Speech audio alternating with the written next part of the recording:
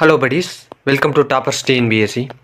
இந்திய அரசியலமைப்பு எந்தெந்த நாடுகள்ல இருந்து எந்தெந்த சட்டத்தை எடுத்தாங்க அப்படிங்கிறதான் பார்க்க போகிறோம்.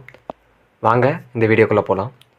முதல்ல இந்திய அரசாங்க சட்டம் அப்படின்னு 1935 இருந்த சட்டத்திலிருந்து கூட்டாட்சி விதிகள், ஆளுநர் பதவி, நீதித்துறை, பொது தேர்வாணையங்கள், நெருக்கடி நிலை விதிகள், நிர்வாக அதிகாரங்கள் ஆகியன இந்திய அரசாங்க சட்டம் 1935 எடுத்துக்கொள்ளப்பட்டன. மீதி எந்தெந்த நாடுகள்லேருந்து எடுத்தாங்க அப்படின்னு பார்த்தோம்னா, பிரிட்டன்லேருந்து நாடாளுமன்ற அரசு, ஒற்றை குடியுரிமை, சட்டத்தின் ஆட்சி, நாடாளுமன்ற செயல்முறைகள், இடைக்கால தடையாணைகள் ஆகியவை பிரிட்டன்லேருந்து எடுத்திருப்பாங்க. அடுத்ததாக அமெரிக்க அரசியலமைப்பிலிருந்து அடிப்படை உரிமைகள், இதை ரொம்ப ரிப்பீட்டடாக கேட்டிருக்காங்க. அடிப்படை உரிமைகளும் நீதி சீராய்வும் இதை எப்படி கேட்டிருக்காங்க அப்படின்னு பார்த்தோம்னா, 2022 கேட்கப்பட்ட டிஎன்பிஎஸ்சி குரூப் 2ல் இந்த அடிப்படை நீதி சீராய்வு எதில் இருந்து எந்த அரசியலமைப்பிலிருந்து எடுக்கப்பட்டது அப்படின்னு கேட்டுட்டு, இந்த அமெரிக்க அரசியலமைப்பை யூஎஸ்ஏ யூகேன்னு கொடுத்துட்டாங்க. இதனாலே நிறைய பேர் குழம்பிட்டாங்க. யூஎஸ்ஏனா அமெரிக்கான்னு தெரியும், யூகேனா பிரிட்டன், அதை ஞாபகம் வச்சுங்க. அடுத்தது குடியரசுத் தலைவர் மீதான பதவி நீக்க தீர்மானம் இந்த அமெரிக்க அரசியலமைப்பில் எடுக்கப்பட்டிருக்கு. உச்சநீதிமன்ற, உயர் நீதிமன்ற நீதிபதிகள், குடியரசு துணைத் தலைவர் போன்றோரை பதவி நீக்கம் செய்தலும் இந்த அமெரிக்க அரசியலமைப்பில் இருந்து தான் எடுத்து தரப்பட்டிருக்கு. அடுத்தது அயர்லாந்திலிருந்து அரசுக்கு வழிகாட்டு நெறிமுறைகள், டிபிஎஸ்பின்னு சொல்லப்படுற இந்த சட்டம் அயர்லாந்திலிருந்து எடுக்கப்பட்டிருக்கு. இது விதி 36 51 வரை இருக்கிற விதி. அதுதான் இந்த அரசு வழிகாட்டு நெறிமுறைகள். இதில் எக்ஸாக்டாக கேட்க போனால் 44, அதாவது யூனிஃபார்ம் சிவில் கோட் எந்த விதி அப்படின்னு கேட்பாங்க. அதுதான் விதி 44. கனடாவிலிருந்து ஒரு வலுவான மத்திய அரசுடன் கூடிய கூட்டாட்சி, மத்திய அரசிடம் இதர அதிகாரங்கள்.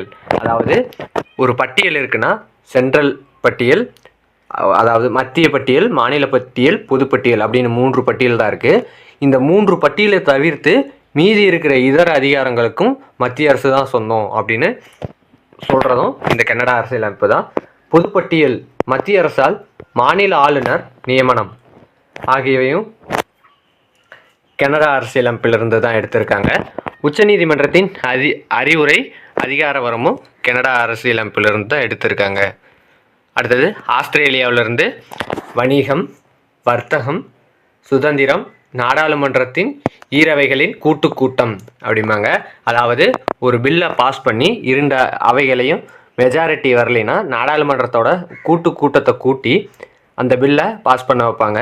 இதில் எப்படி அப்படின்னு பார்த்தோம்னா, இந்த நாடாளுமன்ற கூட்டத்தொடரில் மக்களவை சபாநாயகர் தான் தலைவராக இருப்பார்.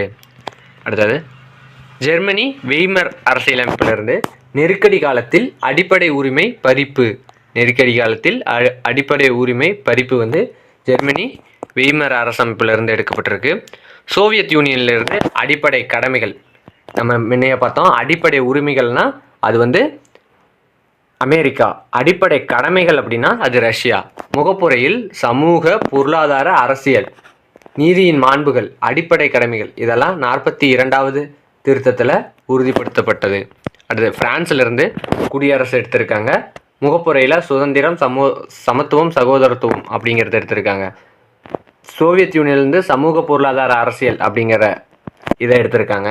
பிரான்சிலிருந்து சுதந்திரம், சமத்துவம், சகோதரத்துவம் அப்படிங்கிறத எடுத்திருக்காங்க. கடைசியாக தென்னாப்பிரிக்க அரசியலமைப்பிலிருந்து அரசமைப்பு திருத்த சட்ட செயல்முறையும் மாநிலங்களவை உறுப்பினர் தேர்வும் எடுத்திருக்காங்க. இவ்வளோதான்.